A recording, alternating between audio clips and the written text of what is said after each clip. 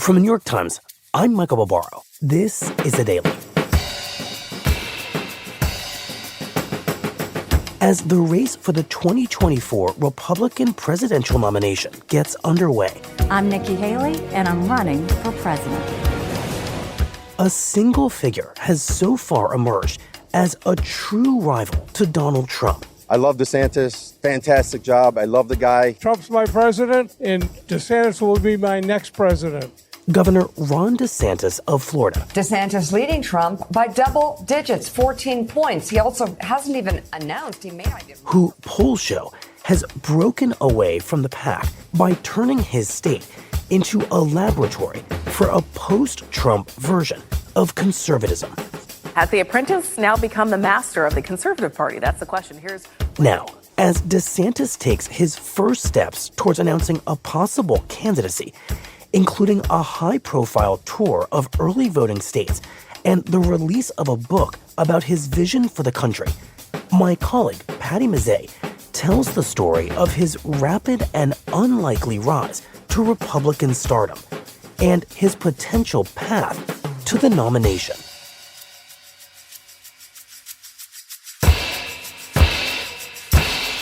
It's Tuesday, March 7th.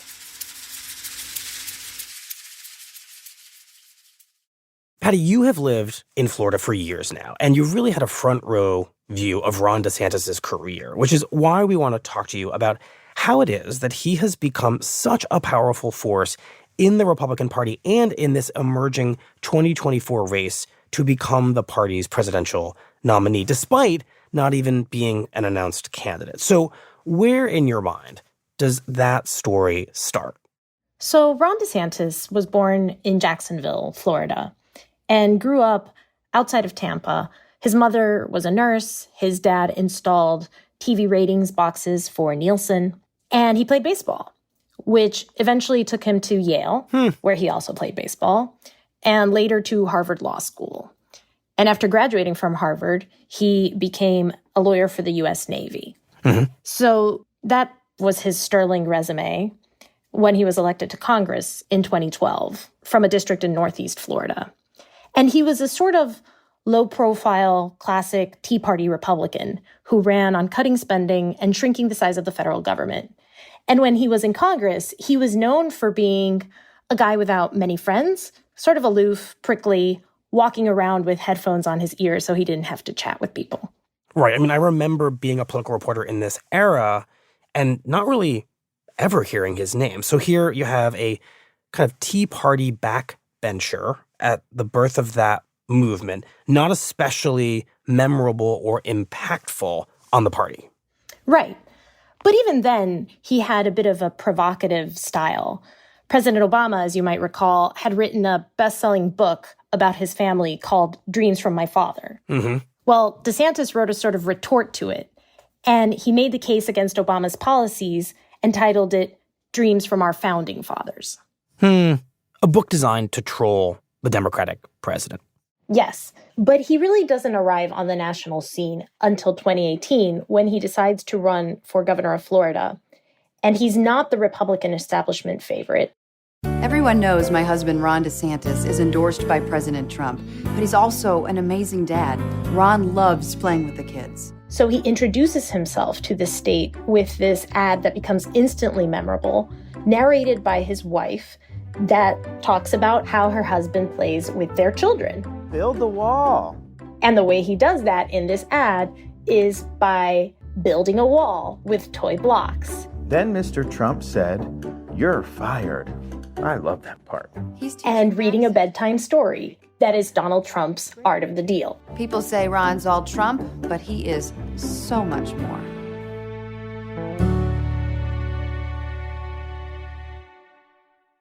Right. I remember this ad. And what's interesting about it is that it's not just an ode to Donald Trump, who was president at the time, head of the Republican Party.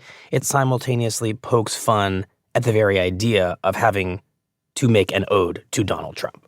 Right. It acknowledges how much a Republican at the time needed to tether himself to Trump, but also is kind of in on the joke. And he really strongly pursues Trump's explicit endorsement, and he gets it. And that endorsement catapults DeSantis to winning the Republican primary and then to winning the general election by less than 1 percentage point. And he becomes governor just by the slimmest of margins. And of course, being a Republican governor in the era of Donald Trump means, to some degree, accepting that he is the big story and the big figure in the party. So as governor, how does DeSantis end up carving out a space in the spotlight of his own and ultimately become a rival to Trump? It really all starts with the coronavirus pandemic. At first, DeSantis really hesitates to lock down the state. He has this instinct against it, but wants to do what the federal government at the time run by President Trump is urging states to do. Right. And so he does, in April of 2020, issue a stay-at-home order. However, he quickly starts looking for a way to reopen the state. By May, the stay-at-home orders start to expire, and he's telling people they should start going about their normal lives again. We're going to be safe, smart, and we're going to do this step by step. And by the fall, he forces schools to reopen by sort of threatening school funding. Our kids are at the least risk from this virus, yet it is our kids who have borne the harshest burden of the control measures instituted to protect against the virus. But he doesn't just say the schools need to reopen. He goes further. I'm opposed to mandates, period. I don't think they work. He bans mask mandates. People in Florida wear them when you go out. I mean, they don't have to be strung up by a bayonet to do it. He tells businesses that they can't require people to be vaccinated to come to their shops, to their restaurants. You can't burn down the village in order to save it. You can't kneecap your own society and think you're going to successfully handle a pandemic. And so there's really no alternative left for businesses and institutions but to reopen and to do so with relatively loose COVID policies. Right, so he's using the power of the governorship to basically make it impossible to do anything other than fully reopen. He's taken all the available systematic precautions and basically made them illegal. Yes, and he's incredibly vocal about it at every step. The lie of the lockdown was if you just lock down, then you can beat the virus. Well, why are people having to lock down 2 or 3 times then? He juxtaposes himself with blue state governors all the time. I mean, just look at New York. If your positivity is above whatever arbitrary thing, you have to close the school. Really? Comparing himself to New York, California. In the state of Florida, we probably are the most open big state in the country. I mean, if you look... He realizes that there is a lot of anger towards those policies and begins to capitalize on that. So some of this stuff, I think, is petty tyranny. I think it's been a huge mistake. So he starts becoming the figure that represents anger, chafing, opposition to a lot of the more restrictive COVID policies from 2020.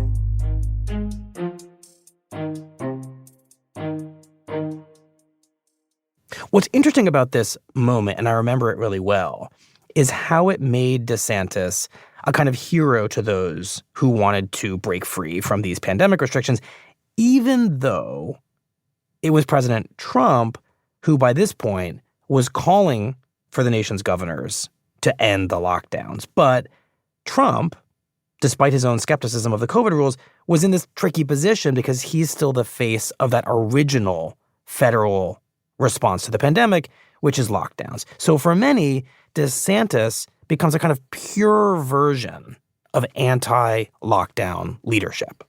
I think that's true, that Trump couldn't really be in the position of both defending his administration's policies and advice and then countering them. But DeSantis could be. Mm-hmm. And that helps him build this persona of trying to go back to what he believes is common sense, put our kids in school, let people go back to work. And Patty, when it comes to the pandemic, is it possible to say whether or not this approach he took worked? I think DeSantis gambled that people would hold their government officials accountable more for policies like lockdowns than they would for deaths caused by a global pandemic. More than 86,000 Floridians have died from the coronavirus. But in the end, public opinion polling and election results show that people rewarded DeSantis for the policies that he endorsed to reopen the economy. And what's the lesson that you think DeSantis took from this pandemic? He seemed to have learned that if you came off as a fighter who was always on the offense, picking fights against the overarching liberal elite, that you would be rewarded, that would pay off, that you would get national attention and popularity from your base, from the right, and that it could only help you to do more of that rather than less. So where does he start to do more of that? He starts picking new fights unrelated to the pandemic. And the biggest one, the one that probably got the most attention in Florida and the rest of the country, is against one of the state's and the country's most beloved companies, Disney. And remind us what he does with Disney. Well, in early 2022, we are taking a deeper dive into a proposed law that is dividing parents here in Florida. A bill starts going through the Florida legislature that restricts the way sexual orientation and gender identity can be taught in schools. It would ban schools from teaching about sexual orientation or gender identity to younger students between kindergarten and third grade. And opponents nickname this legislation, which is formally called Parental Rights in Education, the Don't Say Gay bill. We say gay! We say gay! They start trying to rally public opinion against it, including among businesses. Dozens of Disney employees walked off the job, an act of protest over Florida's so-called Don't Say Gay bill. And eventually, word comes out that Disney opposes the bill. Which is a big deal because Disney, as you just indicated, is a major player and employer in Florida. And in Florida politics, Disney has usually gotten what it wants. But in this case, DeSantis criticizes Disney. You know, when we were young, you could watch cartoons without having to worry. Now parents have to sit there and worry about what are they trying to inject in? What type of ideology are they trying to pursue? And that is wrong. Which is sort of unheard of in Republican political circles in this state, especially for the governor, to pick a sort of high-profile fight with a company that has just been such a big player. Right, and whose emblem is Mickey Mouse? Who picks a fight with Mickey Mouse? Nobody, until now. But the reason you see things like these kerfluffles, is because of something that is effectively a woke mind virus that's getting involved into all these institutions. It's a way He says that the government, or that his administration anyway, is not going to fall victim to what he describes as a woke ideology. Supporting it? I mean, I'm going to do what's right for the people of Florida. I don't take marching orders from woke corporations based in California. Just not how I roll. And he even goes as far as to threaten Disney's bottom line. So they're free to take these positions, but they are not free to force us to subsidize their activism. And they've been getting massive subsidies from Florida since before I was born. All because Disney had the temerity to oppose this bill about talking about sexuality in schools. Yeah, and it worked. Surrounded by young students at a Pasco County charter school, Governor Ron DeSantis signed the Parental Rights in Education bill. He signed the Parental Rights in Education bill after it was passed by the state legislature. And then he also signed another bill that did, in fact, target Disney. The company will now be under the control of a state board and has been ordered to pay back $700 million in debt and taxes. Today, the corporate kingdom finally comes to an end. People started praising DeSantis and siding with DeSantis for taking on Disney. And he becomes this culture warrior who can now go around the state and the country saying, we took on the biggest corporation in the state. We can take on any other corporation, any other institution, any other elite that comes our way. Beware. There's a new sheriff in town, and accountability will be the order of the day. And of course, as this Disney fight is playing out and DeSantis is reaping the political dividends from it on the right, something else is happening, which is that Donald Trump's star is rapidly fading, mostly over January 6th and all these damning revelations that have come out of the hearings of the January 6th committee about his decision-making, all of which start to cast real doubt on Trump's appeal and really his hold over the Republican Party. Right. The 2022 midterm election becomes a public test for both Trump and DeSantis. Trump is campaigning for candidates who support his election denialism while dealing with the January 6th investigation. Right. DeSantis is campaigning for his fellow Republicans, but not talking about election denialism. He says the elections in Florida are properly run. He still opens an office of election crimes to investigate potential fraud, but he is really running on these fights that he has taken on in the state and won, and that his political base really likes. Right. Pandemic, Disney. Right. And on election day, he wins in a landslide. He wins by 19 percentage points in a state where recent elections had been decided by maybe 1 or 2 percentage points. So a very different situation than 4 years earlier in 2018 when DeSantis barely squeaked out a victory. This time, he's clearly won over a lot more voters with this elbows-out, aggressive approach. That's right. And meanwhile, Trump has one of the worst days that he has politically because his candidates do horribly elsewhere in the country. Their paths sort of cross in opposite directions. Trump is starting to look weaker, and DeSantis is starting to look stronger.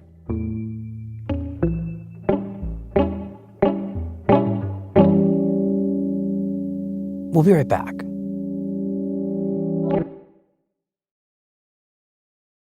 So, Patty, as Trump's fortunes are falling, what does DeSantis do with this landslide victory he has in Florida? DeSantis is now emboldened. He has supermajorities in both chambers of the state legislature. He's got the support of local officials all the way down to school board members that he has helped get elected. And so he unleashes his playbook and is putting it into overdrive. Florida is where woke goes to die. And just weeks into his second term, the administration has a new target. Just over the past few weeks, we've seen how he has attacked New College, which is a public liberal arts institution in Sarasota. Governor Ron DeSantis recently replaced 6 of the board's 13 members in an apparent bid to transform this intimate 700-person liberal arts college. He and his allies want to turn into a beacon of conservatism as a fight against liberal academia. So the mission has been, I think, more into the DEI, CRT, the gender ideology, rather than what a liberal arts education should be. Florida Governor Ron DeSantis is defending his administration's decision to block a course on African American studies from the state's public schools. He has rejected an advanced placement African American studies course for high schoolers. Who would say that an important part of Black history is queer theory? That is somebody pushing an agenda on our kids. It's our view in Florida that we want to be standing up for the little guy against some of these massive media conglomerates. He has convened a roundtable looking like he's a cable news anchor, where he has talked about how the news media has way too much power and it has to be easier to sue them for libel and defamation. And I have only begun to fight. So time after time, we are seeing him announce, endorse, propose policies that the legislature can pass in the coming weeks and add to his list of fights and victories that then he can campaign on. And all that's just in the past few weeks, you're saying? It makes it hard to keep up. So in each of these cases, the common theme here, the line of attack, is that liberal elites have infiltrated an institution, and he is going to be the savior who swoops in and stops them. And it almost doesn't really matter whether the facts he's claiming are true. He's very compellingly, to those on the right, making the case that he has ferreted out a problem that must be solved. Right. he's again seizing on this anger that people have and maybe used to have sort of privately about how far some institutions have gone in changing. And so he's capitalizing on that. And of course, everything about this feels Trumpian, but Trump is no longer in office. No, Trump is a resident of Florida, but he spends most of his time, at Mar-a-Lago, where he's dealing with multiple lawsuits and scandals. And DeSantis is the one getting the attention. Right. And from best we can tell, upsetting Trump that he is doing so. Well, explain that. Well, what our colleagues have reported is that Trump sees DeSantis as a very clear threat, as somebody who could potentially challenge him in a Republican primary. And so he has taken to publicly calling him Ron DeSanctimonious, and we understand privately calling him Meatball Ron. And DeSantis so far has managed to not take the bait and said that he, doesn't spend his time smearing or taking pot shots at other Republicans. But there's no sure sign that Donald Trump feels threatened or rivaled by somebody than when he gives that person a nasty nickname. And if he's given Ron DeSantis multiple nasty nicknames, then he's feeling threatened.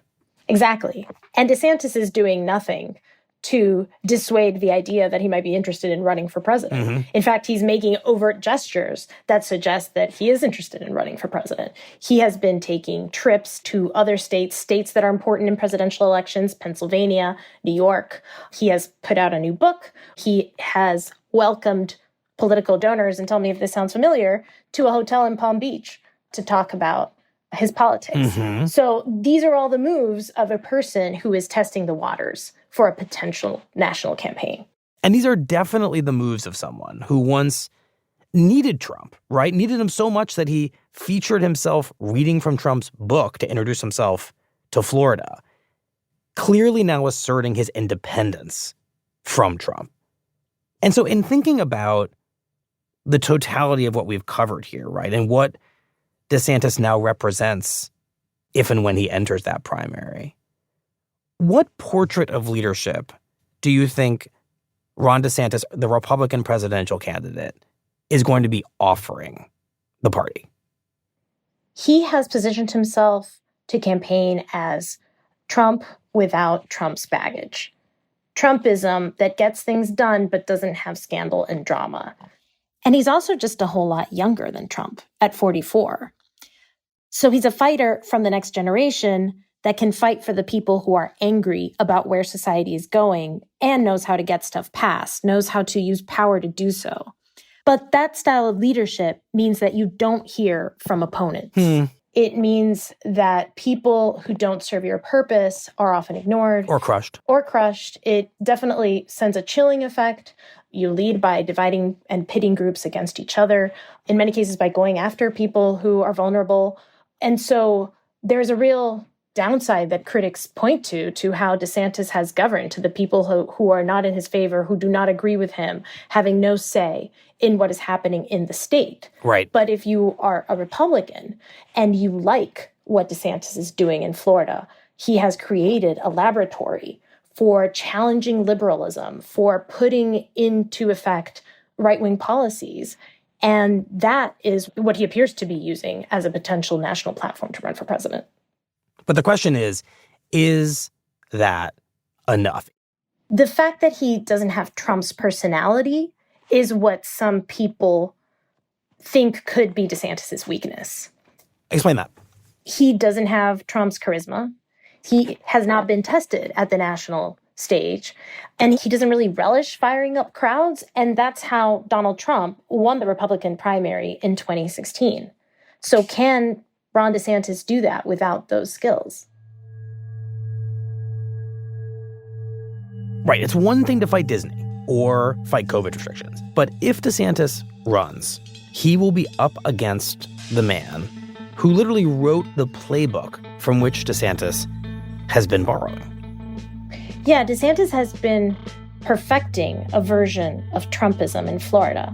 But if he runs for president, he's going to actually have to face Trump himself. And that, I think, is a much harder political fight than DeSantis has faced before. Well, Patty, Thank you very much. Thank you, Michael. Later today, the Florida legislature will reconvene for its latest session, during which its Republican majorities are expected to pass several high-profile bills backed by Governor DeSantis that target the political left. One of them is a higher education bill that would ban gender studies majors, prohibit public colleges and universities from spending money on programs espousing diversity, equity, and inclusion, and make it easier to push out tenured faculty members. People look at Florida, they're like, man, the governor's gotten a lot done and we have, we're proud of it. You ain't seen nothing yet. This is going to be the most productive legislative session we have had across the board, and I think people are going to be really excited. We'll be right back.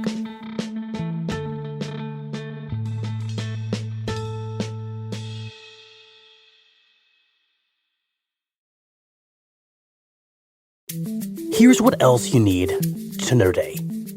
On Monday, Norfolk Southern, which operates the freight train that derailed in East Palestine, Ohio, said it would install about 200 heat detectors on its rail network in order to detect the kind of overheating wheel bearing that contributed to the accident. The technology will be added wherever the distance between existing detectors is more than 15 miles, including the approach to East Palestine, where there's a 19-mile gap between detectors. The announcement comes just days before Norfolk Southern's CEO is scheduled to testify before Congress about the company's safety record. And the Biden administration is considering whether to carry out a mass vaccination of chickens in an effort to stop an outbreak of avian influenza that has already killed tens of millions of birds, and as a result, driven up the cost of eggs. The bird flu outbreak, which began last year, is the biggest in U.S. history, affecting more than 58 million birds in 47 states. Today's episode was produced by Asla Chaturvedi, Mary Wilson, and Muj Zaidi, with help from Carlos Prieto. It was edited by Rachel Quester and Paige Cowett, fact-checked by Susan Lee, contains original music by Marian Lozano and Dan Powell, and was engineered by Chris Wood. Our theme music is by Jim Brunberg and Ben Landsberg of Wonderly. Special thanks to Diane Wong and Dan Powell.